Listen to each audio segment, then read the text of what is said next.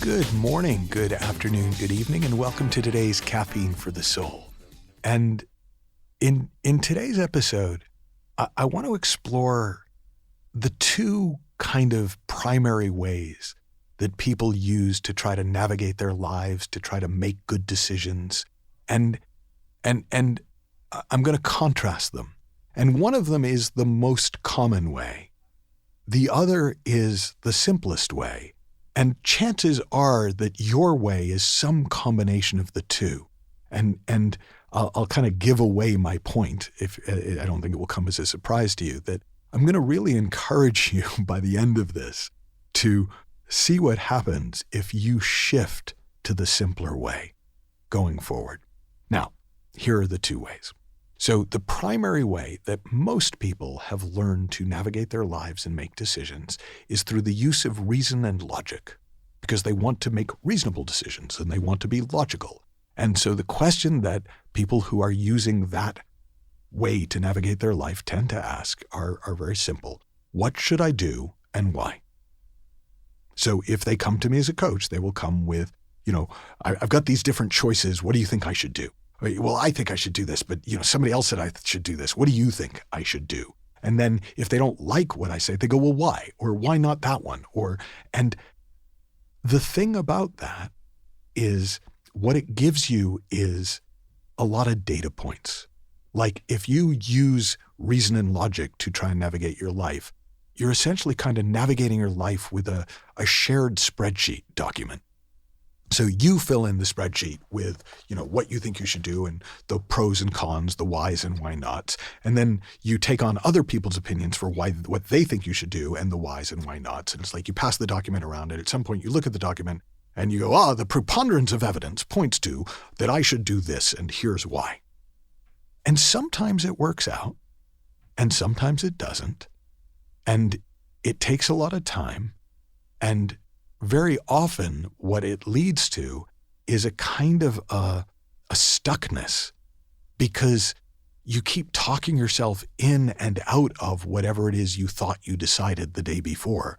Because when you have reasons for something, there's always a counterargument. And if you're wondering if that's true, maybe look at the history of politics around the world. And one side has its reasons and the other side has their reasons, and those reasons are debated. And if reason and logic really worked, ultimately people would all come to a similar conclusion. But have you noticed? It doesn't actually work that way, because actually reason and logic are too fluid. It's too easy to counter-argue yourself. And so however good your reasons for doing something today, you will no doubt come up with equally good reasons to not do it tomorrow. Now, what's a simpler way to navigate your life? Well, built into all of us are three things that work together perfectly to allow us to navigate our lives. And the first one is desire. You want what you want. I want what I want. Some of those wants will no doubt be similar, and some of those desires will be completely different. Now, desire kind of has a bad name in spiritual circles. It's like, desire is the root of all suffering. Now, from what I've been told, that's not actually an accurate translation, that the actual translation would be compulsion or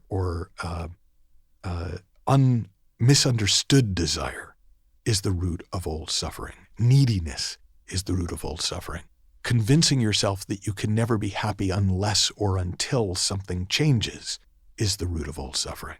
That's not really desire.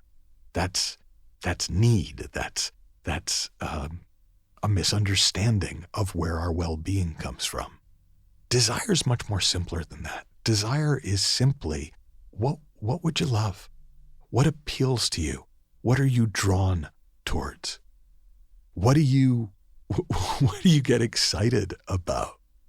That's how you're made to navigate your life. My friend Mandy Evans used to always say, desire marks the path. it kind of lets you know what your soul, where you're being directed in life. And one of the main reasons that people don't trust the path of desire is because they assume that their desires are bad for them. And they assume that if I just did what I wanted, I'd ruin my marriage and I'd leave my business and I'd wind up broke and desolate and alone and bitter and twisted and whatever your bag lady fantasy is.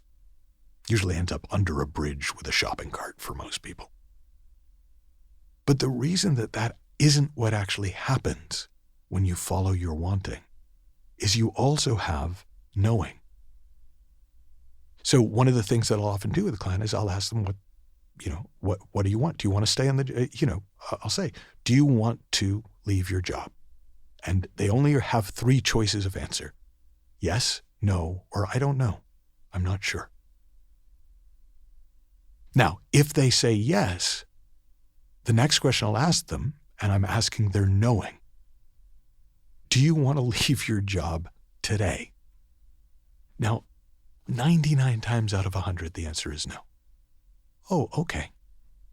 Do you know when you want to leave your job? Now, sometimes people do, and often they don't. Okay, great.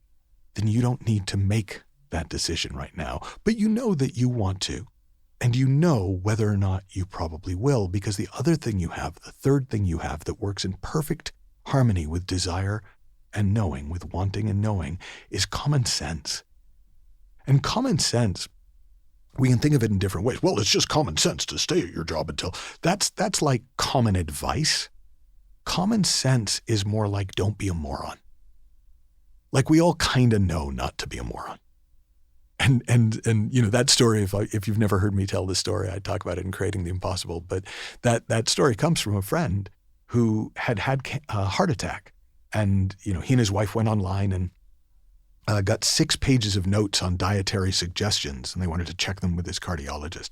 And they brought it all in, typed up, and his cardiologist went through the papers and then ripped them in half, threw them in the bin, turned around and said, here's your dietary advice. Don't be a moron. If you want bacon, eat bacon, but maybe don't eat 50 slices a day. If you don't feel like exercising one day, don't exercise.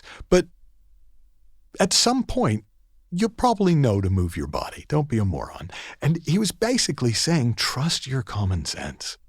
And if we know that we have knowing that will help us with the timing of things, and we know we have desire which will guide our direction, and we know we have common sense which will stop us from being a moron, we don't need anything else to navigate our lives. And we'll navigate them joyfully, playfully, from our desire that marks our path, that's kind of the perfect path for us. See, the thing about reason and logic is you can do a shared spreadsheet because everybody can come up with reasons. Everybody can come up with shoulds. Everybody can come up with whys and why nots.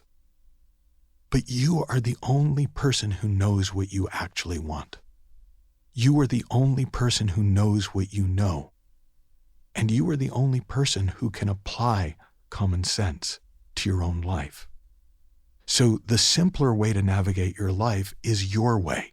It is the way that only you can take for you, where you recognize that you are the expert on you. Somebody else may be the expert on reason and logic, but you are the expert on you.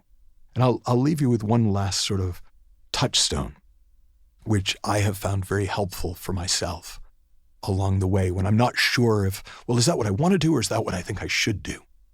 And it's simply this. The number of reasons you have for doing something is inversely proportional to how much you actually want to do it. If you really want to do something, you don't need reasons. And if you don't really want to do it, but you think you should, no doubt you've got lots of reasons for that. Have fun, learn heaps, happy exploring, and I'll talk with you soon.